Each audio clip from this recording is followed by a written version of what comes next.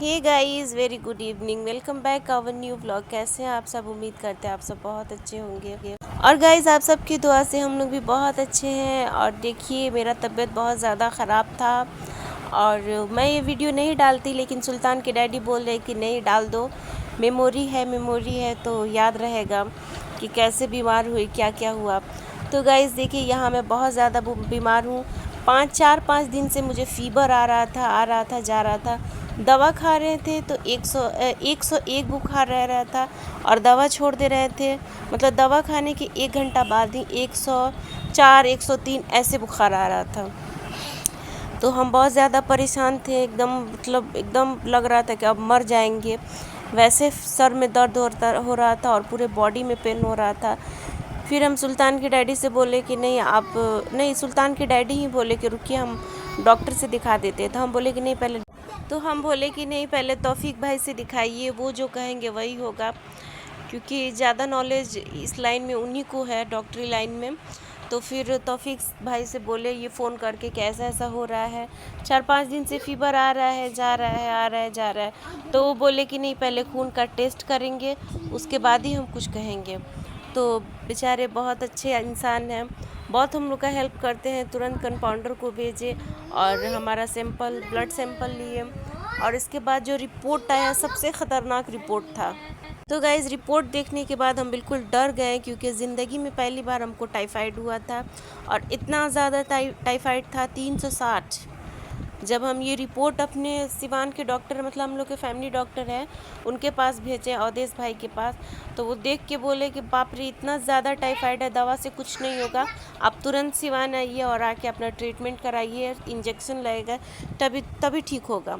लेकिन तौफीक बोले कि नहीं, ऐसा कुछ नहीं है, आप डॉक्टर संदीप से दिखाइए, उनसे दिखाने के बाद जो होगा सो होगा।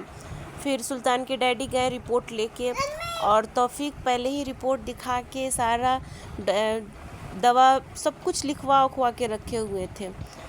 और फिर ये सुल्तान के डैडी गए, बस दवा लेके आए और आप यकीन मानिए, एक खुराक वो दवा हम खाए हैं। फर्स्ट खुराक में ही मेरा बुखार एकदम से ख़त्म हो गया, उसके बाद फ़ीवर हमको दोबारा नहीं आया है।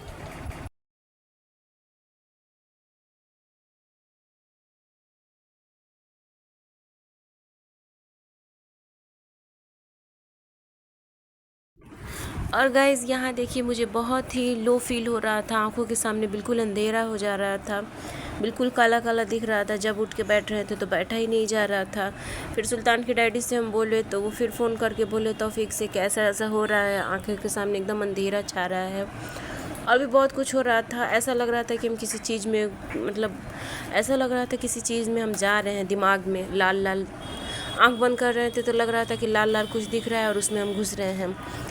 फिर उनसे बोले तो बोले कि नहीं, पहले बीपी चेक कराओ। फिर बीपी चेक कराने के लिए एक ये बीपी चेक करने वाले आए हैं और बीपी मेरा चेक कर रहे हैं। लेकिन बीपी मेरा ठीक था, वो बुखार की वजह से हो रहा था। तो देखिए भैया, हमारा बीपी चेक कर रहे हैं। और एक ख़ास बात ये भी बताए थे कि या तो बीपी लो हो या हाई हो, पल्स चॉकलेट खाने के लिए। पल्स चॉकलेट खाने से बीपी मतलब मीडियम हो जाता है। तो गाइस देखिए, मेरा बीपी बिल्कुल ठीक है। भैया बोले हैं कि नहीं, बीपी बहुत अच्छा है, बीपी ठीक है, टेंशन की बात नहीं है, बुखार की वजह से वैसा हो रहा है। और फिर चले गए भैया। फिर